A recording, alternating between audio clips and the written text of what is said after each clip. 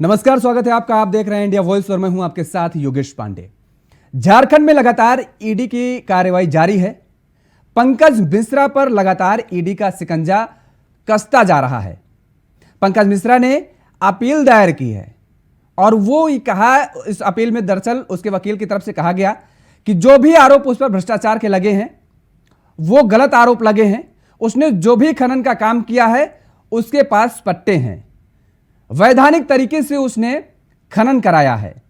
कोई आरोप उस पर अभी यह सिद्ध नहीं हुए हैं कि उसके ऊपर भ्रष्टाचार लगा है।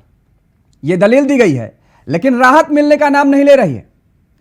ईडी की तरफ से कहा गया है कि दरअसल जमानत पर पंकज मिश्रा को बाहर नहीं भेजा जा सकता क्योंकि वो सबूतों को कहीं ना कहीं प्रभावित कर सकता है। और इस पूरे मामले पर कहीं ना कहीं झारखंड सरकार घिरती नजर आ रही है। ईडी ने झारखंड सरकार पर सवाल खड़े किए हैं। वो सवाल ये हैं कि पंकज मिश्रा को संरक्षण देने का काम हेमंत सोरेन की सरकार कर रही है। क्या है पूरा मामला, इस रिपोर्ट में देखिए।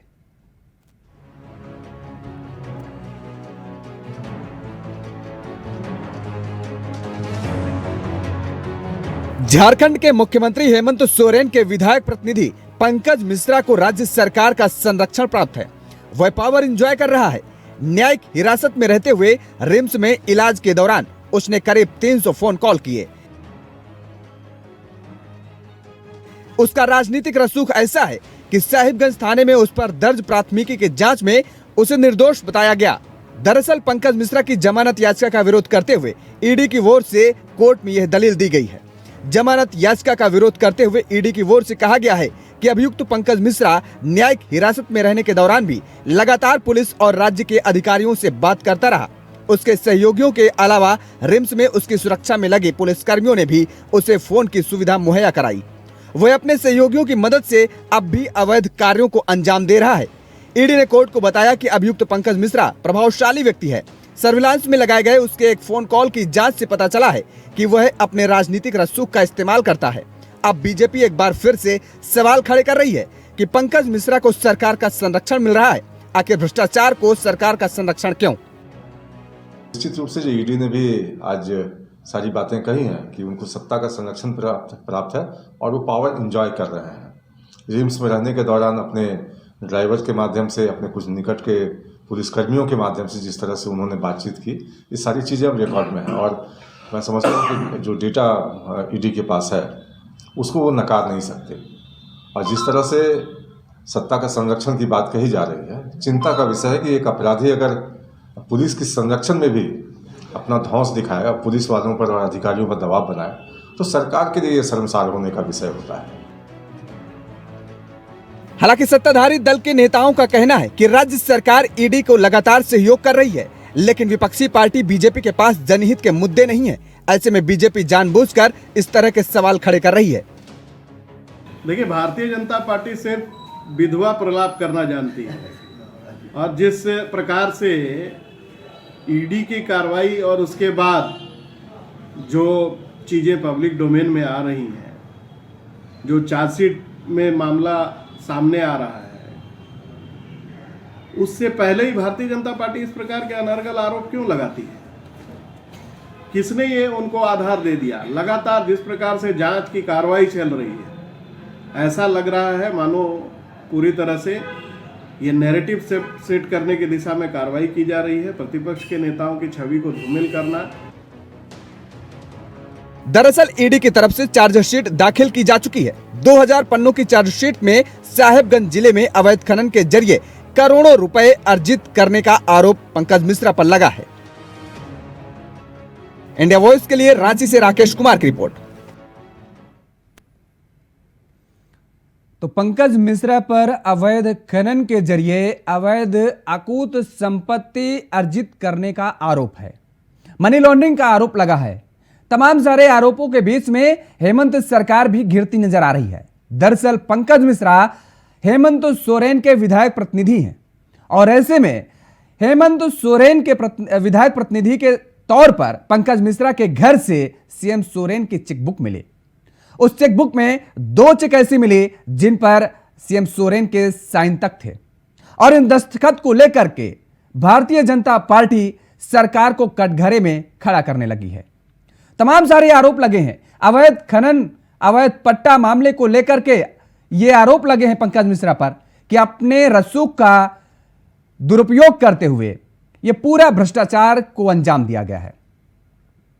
समझने की कोशिश करेंगे। हमारे साथ कुछ मेहमान जुड़े हुए हैं, आपका तारुफ करा देते हैं।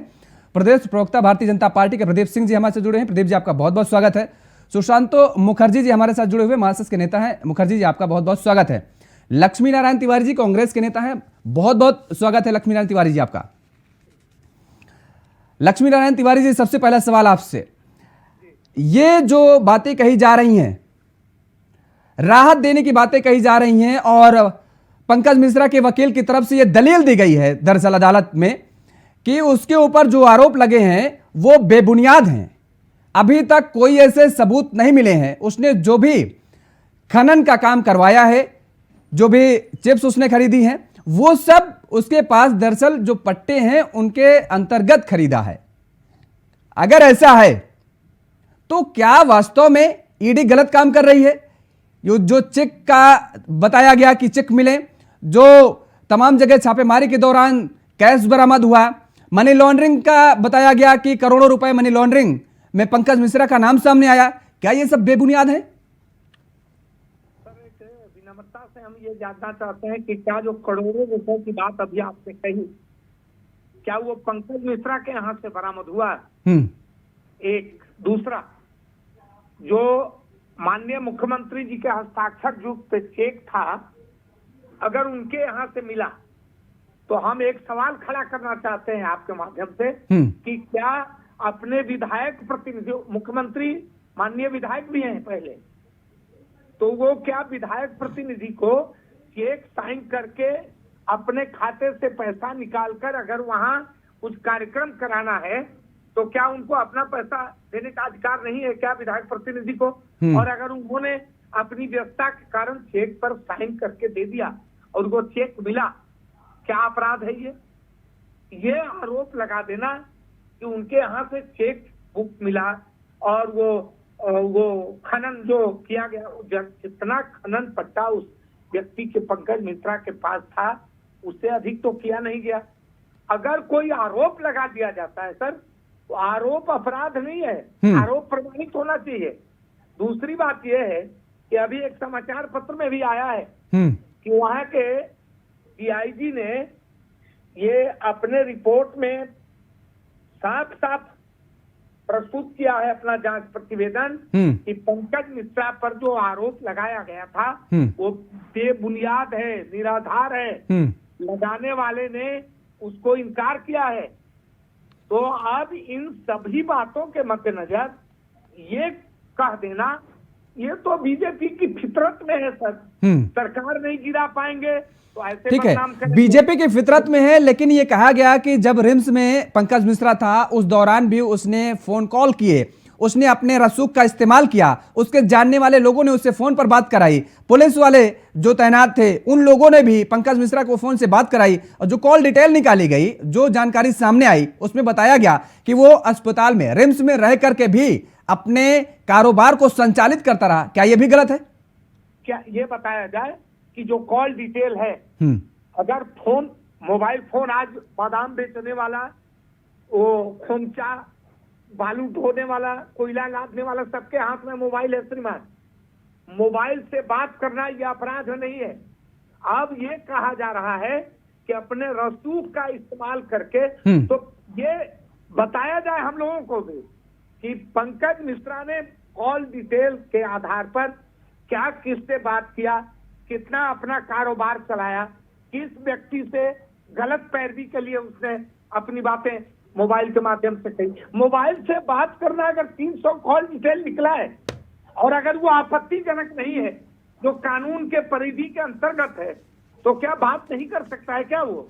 ठीक है, प्रदीप जी बताइए, क्या बात नहीं कर सकता? हिरासत में है तो क्या मतलब वो बात नहीं कर पाएगा? क्या आपने जो आरोप लगाए हैं और जो खबरें सामने आई हैं उनमें यह कहा गया कि दरअसल वो अपने कारोबार को संचालित करता रहा, और ऐसे में क्या उसको यह अधिकार नहीं है पंकज मिश्रा को कि वो लोगों से बात ना कर पाए? और अगर संचालित किया अपना कारोबार तो किन किन लोगों से और कितना कारोबार संचालित किया? ये तिवारी जी पूछ रहे हैं कि उन्हें बताया जाए। हम बताया जाए। समझता हूँ कि तिवारी जी की भ्रष्टता साबित होता है कि जेल मैनुअल को नहीं मान। जब कोई कैदी है तो फोन का इस्तेमाल नहीं कर सकता। इसी बात में ईडी ने पुलिस प्रशासन से सारी चीजें मांगी और जिन लोगों ने संपर्क कराया तो भी पूछताछ की।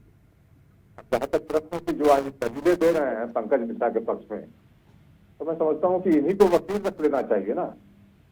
पंकज मिश्रा की ओर से वकालत करते तो अच्छा होता कि शायद उनको बेल मिल जाता। अब ये कहना कि नहीं उन्होंने कुछ किया ही नहीं। अब कोई चोर कहता है क्या न्यायाधीश के सामने कि हाँ हमने चोरी की है? वो तो अंत तक यही कहता है, इसी कोशिश में रहता है कि किसी तरह से मैं अपराध से मुक्त हो जाऊं, बरी हो जाऊं।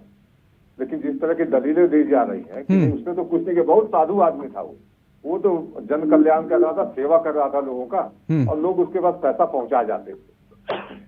क्योंकि जो अधिकारियों से बातचीत हो रही थी तो अधिकारियों से तो भाई वो बोल रहे होंगे कि कहीं कैंप वैंप लगवा दो, मेडिकल कैंप, किसी की सेवा कर दो, किसी की जान बचा दो।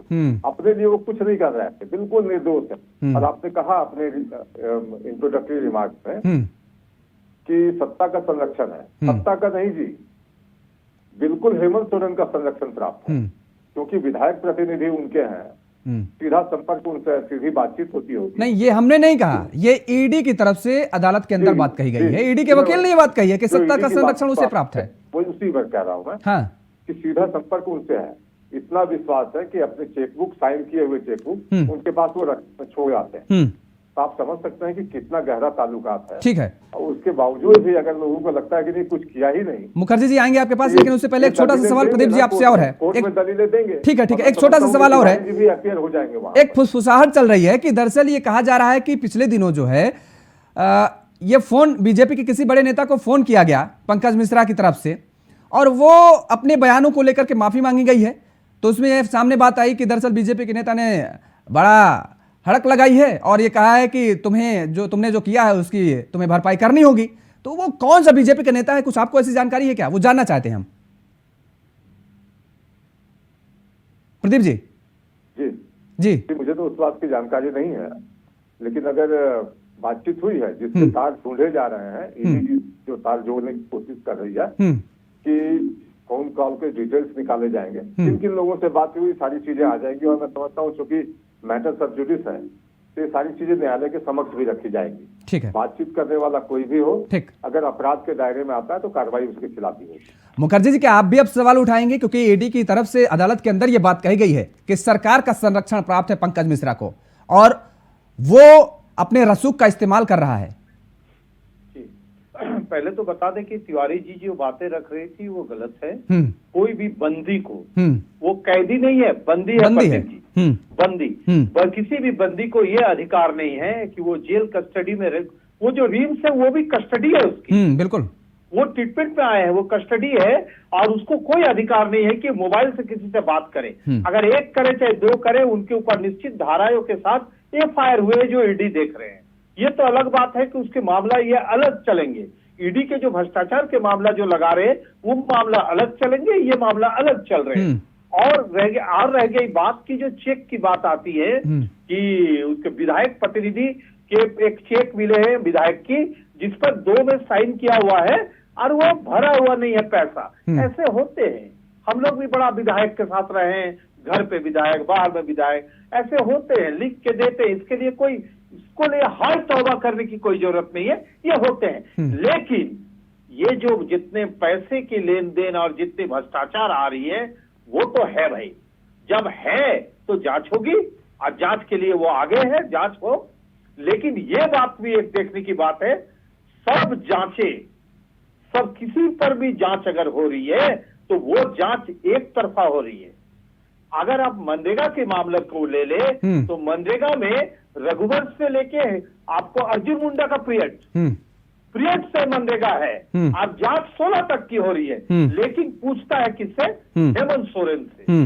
इसको भी देखने की जरूरत है। जनता अब कहने लगी, हम आज अल्बर्ट का चौक में थे, एकदम अनजान प्रेस में बाइट दे रहे थे, भाई ये लगता है कि संथाल का बेटा है, आदिवासी है, इसलिए ईडी पूछ रही है। तो ये एक जो फेक बन रहा, हमें लगता है इसको ईडी को, सीबीआई को, जो भी जांच एजेंसी है उसको ये क्लियर करने की जरूरत है कि भाई हम जो जांच कर रहे, शुरू से कर रहे जांच, जब से ये घोटाला हुआ, पुलिस से ट्रैक काट के जांच नहीं करेंगे जी।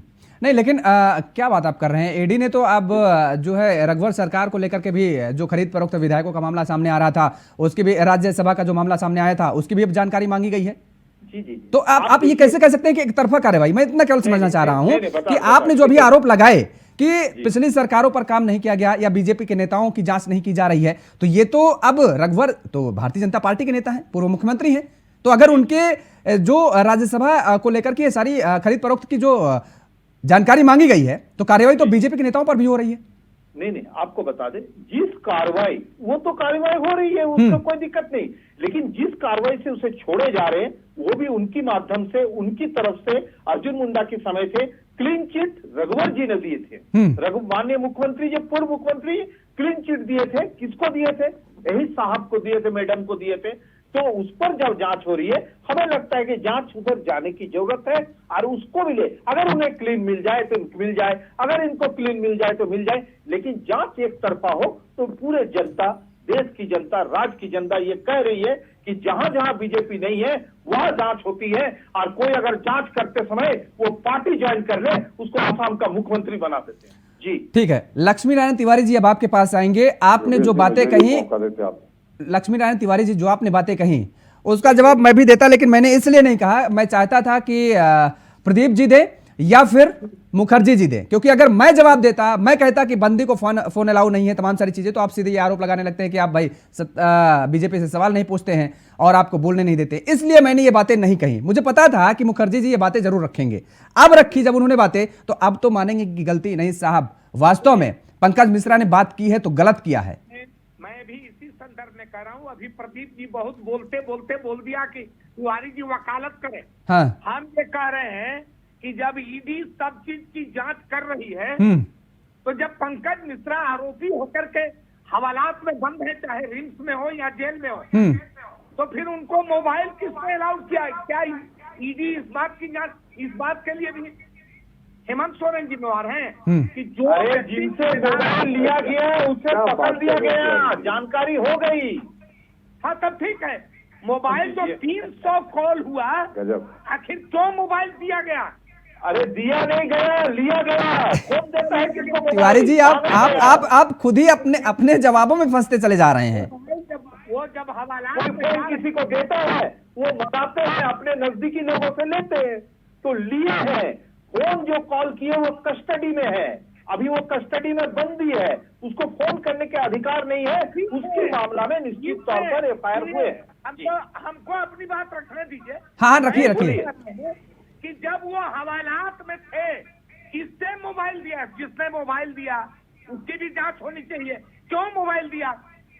उन्होंने किया, कॉल का डिटेल निकाला जाए। तिवारी जी, आप बात क्या कर रहे हैं? देखिए, आप बात क्या कर रहे हैं, शायद मुझे लगता है मुखर्जी जी खुद ही नहीं समझ पा रहे होंगे, जो कि अक्सर आपके साथ खड़े रहते हैं, आपका बचाव करते हैं, आपके पक्ष में नजर आते हैं, वो खुद ही नहीं समझ पा रहे हैं। मुखर्जी जी, आप समझ पा रहे हैं क्या तिवारी जी क्या बात कर रहे हैं? नहीं, तिवारी जी कह रहे हैं जिनके पास ये मोबाइल थे, जिन्होंने इनको मोबाइल उपलब्ध किया, तो तिवारी जी को बता दें कि उनके ऊपर भी मामला हुए हैं। हाँ। जिन्होंने मोबाइल दिया और जिन्होंने सुना, दोनों, और जिन्होंने बात किया, तो इस पर जो बातें हुई है, तो ये निश्चित तौर पर देखे जा रहे, साफ है कि पंकज मिश्रा ने जेल के अंदर से, उसको रिम्स मत कहिए, जेल कस्टडी है, वो ट्रीटमेंट में वो गए हैं, कस्टडी से उन्होंने फोन में बात किया, जिनसे फोन लिए थे उनके भी ऊपर एफआईआर। ठीक है मुखर्जी जी, आपने बात ठीक कही है, लेकिन इसके साथ एक सवाल और आपसे जानना चाहेंगे। अभी प्रदीप जी ने एक बड़ा आरोप लगाया, दरअसल उन्होंने कहा कि सरकार का संरक्षण नहीं, सीधे मुख्यमंत्री का संरक्षण उन्होंने कहा है, यानी मुख्यमंत्री का संरक्षण प्राप्त है, उनके दिशा निर्देशों पर यह सारा काम हो रहा है क्या, जो बातचीत हो रही थी? इसको पॉलिटिकल नहीं बनाया जाए। हाँ। पंकज मिश्रा एक अलग चीज है, पंकज मिश्रा एक अलग चीज है, मुख्यमंत्री इसको क्यों करेंगे? मुख्यमंत्री से क्या है उसका? हाँ, निश्चित जनप्रतिनिधि जिनके साथ है, मुख्यमंत्री के साथ है, निश्चित तौर पर, लेकिन माननीय मुख्यमंत्री जी को क्या जरूरत है उनको करने की, जब वो खुद इतना मजबूत है, खुद इतना मजबूत रहते हुए ये जो पॉलिटिकल लैंग्वेज से उन्हें मुख्यमंत्री को टारगेट किया जाता है, हमें लगता है कि थोड़ा नहीं, टारगेट तो मुखर्जी जी देखिए होंगे, देखिए जब कोई आप देखे होंगे, आप इस बात को मानेंगे जो मैं बात कहने जा रहा हूं, आप सुन लीजिए, आप इस बात को मानेंगे। क्या होता है, जो लाइजनर होते हैं ना, वो मुख्यमंत्री के साथ, बड़े बड़े मंत्रियों के साथ, बड़े बड़े नेताओं के साथ क्या करते हैं, फोटो खिंचवाते हैं, कुछ नहीं करते हैं, और कान में एक बार अपना नाम बताते हैं, साहब हम फलाने, और उसके बाद क्या डालते हैं सोशल मीडिया पर, वो डालते हैं गुफ्तगू करते हुए, बड़ी लंबी वार्ता करते हुए, तमाम सारी चीजें वो दिखाते हैं, और उसके बाद वो लाइजनिंग का काम बताते हैं कि देखिए हमारे कितने करीब है ये नेता, और उसी के जरिए ये सारा जो पूरा फंडा है जो भ्रष्टाचार का है वो जाल बिछाया जाता है, उसमें लोग बेचारे फंसते हैं। तो ऐसे में मुख्यमंत्री के विधायक प्रतिनिधि का वो क्या लाभ नहीं उठाएगा, क्या उसकी हनक नहीं होगी अधिकारियों के बीच में? ये बात तो नागवार गुजरेगी। निश्चित हनक होगी, निश्चित तौर पर होगी, क्योंकि किसी भी अधिकारी के ये ताकत नहीं होगी कि उससे बात करे, उसके अगेंस्ट में कोई बोले। लेकिन जांच में जब आ गए तो वो अधिकारी का भी एक लेवल रहते हैं कि इतना देर तक ही बचा सकते हैं, उसके बाद वो बचा नहीं सकते क्योंकि जांच ईडी कर रही है। जी प्रदीप जी, आपने सुना, देखिए मुखर्जी जी कह रहे हैं कि हनक तो जरूर है, लेकिन मुख्यमंत्री को इसमें मत घसीटिए भाई, ये राजनीति मत करिए, वो कह रहे हैं। सब एक बार हम सुशांतो जी की बात मान लीजिए कि मुख्यमंत्री जी निर्दोष है, तो जब चोरी पकड़ी गई तो विधायक प्रतिनिधि से अभी तक हटाया क्यों नहीं? हटा देते कि अगर कोई आपके नाम का बेजा इस्तेमाल कर रहा है, आपके नाम का गलत दुरुपयोग हो रहा है, तो उससे आप मुक्ति पा लेते। अभी तक हटाया नहीं, तो निश्चित रूप से साठगांठ रही है। आप कितना भी नकारने की कोशिश करें, वो छुपने वाली बात नहीं है। और अभी सुशांतो जी बोल रहे थे कि नहीं, कार्रवाई एक तरफा हो रही है। अगर इनको ऐसा लगता है कि ईडी पक्षपात कर रही है, किसी एक पक्ष को परेशान किया जा रहा है, तो इंटरव्यूनर बन जाए ना कोर्ट में, कोर्ट में इंटरव्यून करें और कोर्ट से निवेदन करें कि हमारे मामले की भी सुनवाई की जाए और इसकी जांच के दायरे जो है ये अर्जुन मुंडा तक गिनवा रहे हैं तो वहां तक जाए। इनको सबूत दे देना चाहिए कोर्ट में इंटरव्यूनर बनने के बाद। तो मैं समझता हूँ इनकी बात पर संज्ञान भी लेगा कोर्ट और इनके जो शक शुबह है वो भी दूर हो जाएगा। और जहां तक मेरी अपनी बात है, मैं भारतीय जनता पार्टी की ओर से बोल रहा हूँ कि लाख दलीलें देते रहे और अपने आप को निर्दोष साबित करने की कोशिश करें, लेकिन पब्लिक परसेप्शन ये हो गया है कि गलती उन्होंने की है। 88 जमीन पर ये लोग बोलने को तैयार होते हैं। मुख्यमंत्री ने लीड अपने नाम पर करवाया तो ऑफिस ऑफ प्रॉफिट का मामला है कि नहीं है, इस पर कुछ नहीं बोलते। जब उनको ये लगा कि गलती हो गई तो सरेंडर कर दिया। अब उसको वो किस तरह से बताते हैं कि सरेंडर करके कोई बहुत बड़ी मेहरबानी कर दी राज्य सरकार।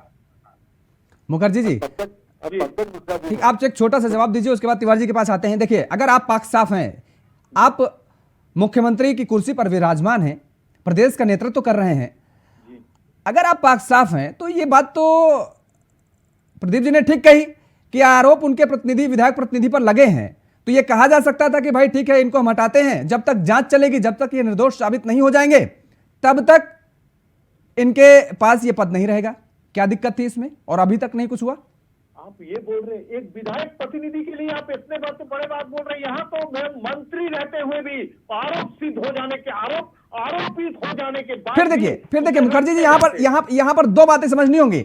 एक विधायक प्रतिनिधि केवल होना और दूसरा विधायक प्रतिनिधि उसका होना जो खुद मुख्यमंत्री की कुर्सी पर विराजमान हो। देखिए, जमीन आसमान का फर्क है दोनों चीजों में। नहीं, फर्क नहीं। आपको बता दें कि अगर मंत्री है, मंत्री पर कोई आरोप लग जाते हैं, जब तक आरोपित नहीं होते हैं उस पार्टी का मंत्री हटाए नहीं जाते हैं। ये तो बताने पड़ेगी देश को कौन कौन राज्य में इस तरह से केस हुए, होने के बाद उसे आरोपित जब तक नहीं हुए तब तक उसे रखा गया। ये भी बात तो सही है। ये तो एक विधायक प्रतिनिधि आज हटाएंगे कल हटा देंगे, कोई ऐसी सरकारी दस्तावेज के अंदर वो केंद्रीय माने राज्य के मंत्री चाहे राज्य के मंत्रियों के बीच में नहीं है कि उसे तुरंत हटा दिया जाए। जी ठीक है, लक्ष्मी नारायण तिवारी जी बताइए। भाई वो बात ठीक है, मुखर्जी जी ने कही कि तमाम सारे मंत्रियों पर आरोप लगते हैं, जांच चलती है, उनको पद से नहीं हटाया जाता है, लेकिन हम ये कह रहे हैं कि यदि मुख्यमंत्री के विधायक प्रतिनिधि पर आरोप है, बीजेपी ये मांग कर रही, लगातार कर रही है, तो मुझे नहीं लगता है कि अगर प्रतिनिधि के पद से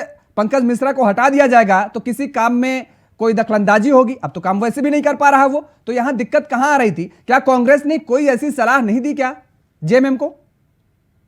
भारतीय जनता पार्टी के कैबिनेट मंत्री पर मर्डर का आरोप लगा कि फलाने का मर्डर करवा दिए, इनके बेटे के द्वारा मर्डर हुआ और इसलिए इनको इस्तीफा देना चाहिए, इनके रसूख का इस्तेमाल इनका बेटा कर रहा है। क्या इस्तीफा हो गया? अभी बहुत दिन नहीं हुआ है, अभी बहुत दिन नहीं हुआ। तो मंत्री किसान बोलने दीजिए, आप बोलिए। ठीक है तिवारी जी, वही बात हो गई ना, वही बात हो गई। ये मुखर्जी जी ये बातें कह चुके हैं, उन्होंने बताया, हमने कहा ठीक है वो जो कर रहे हैं तो क्या आप भी वही करेंगे? फिर आप अपने आप को पाक साहब अपने आप को अलग कैसे साबित कर पाएंगे जनता के बीच में? बीजेपी के लोग उपदेश न दें। हमको ये हम नहीं कह रहे हैं, जो वो जो कहेंगे वही का हम भी करेंगे। हाँ। बीजेपी के लोग हमको बात उपदेश और नैतिकता का नहीं पढ़ाएं।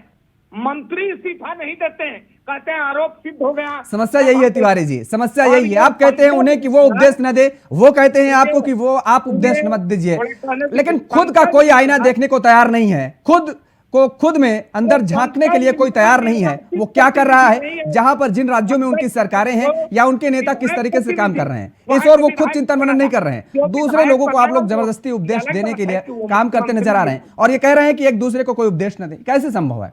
खैर, सोचना चाहिए। और मुझे लगता है तिवारी जी, आप अब ये सलाह जरूर देंगे सरकार को, या आपके नेता जेएमएम को सलाह जरूर देंगे। अब मुझे नहीं लगता है कि अगर बीजेपी ये मांग कर रही है कि पंकज मिश्रा को हटा दिया जाए उसके पद से, तो इसमें राज्य सरकार का कोई नुकसान होना है या राज्य की जनता का कोई नुकसान होना है। आप ही के पक्ष में एक मजबूत कदम ये माना जाएगा, आपके लिए सहूलियत मिलती नजर आएगी। खैर, ठीक है, समय के अभाव के चलते तिवारी जी यहीं पर चर्चा को विराम देना पड़ेगा। प्रदीप सिन्हा जी और मुखर्जी जी, आपका हमारे साथ जुड़ने के लिए बहुत बहुत शुक्रिया, और इसके साथ ही तिवारी जी आपका भी बहुत बहुत शुक्रिया हमारे साथ जुड़ने के लिए, समय देने के लिए। तो लगातार झारखंड में जिस तरीके से सियासत उफान पर है, गर्माती नजर आ रही है, पंकज मिश्रा की मुश्किलें हैं कि कम होने का नाम नहीं ले रही हैं। भारतीय जनता पार्टी लगातार सरकार को कटघरे में खड़ा कर रही है और अब तो ईडी तक ने कह दिया है अदालत के अंदर कि दरअसल पंकज मिश्रा को सरकार का संरक्षण प्राप्त है। इस चर्चा में फिलहाल इतना ही। देश और दुनिया की तमाम खबरों के लिए आप देखते रहिए इंडिया वॉइस। नमस्कार।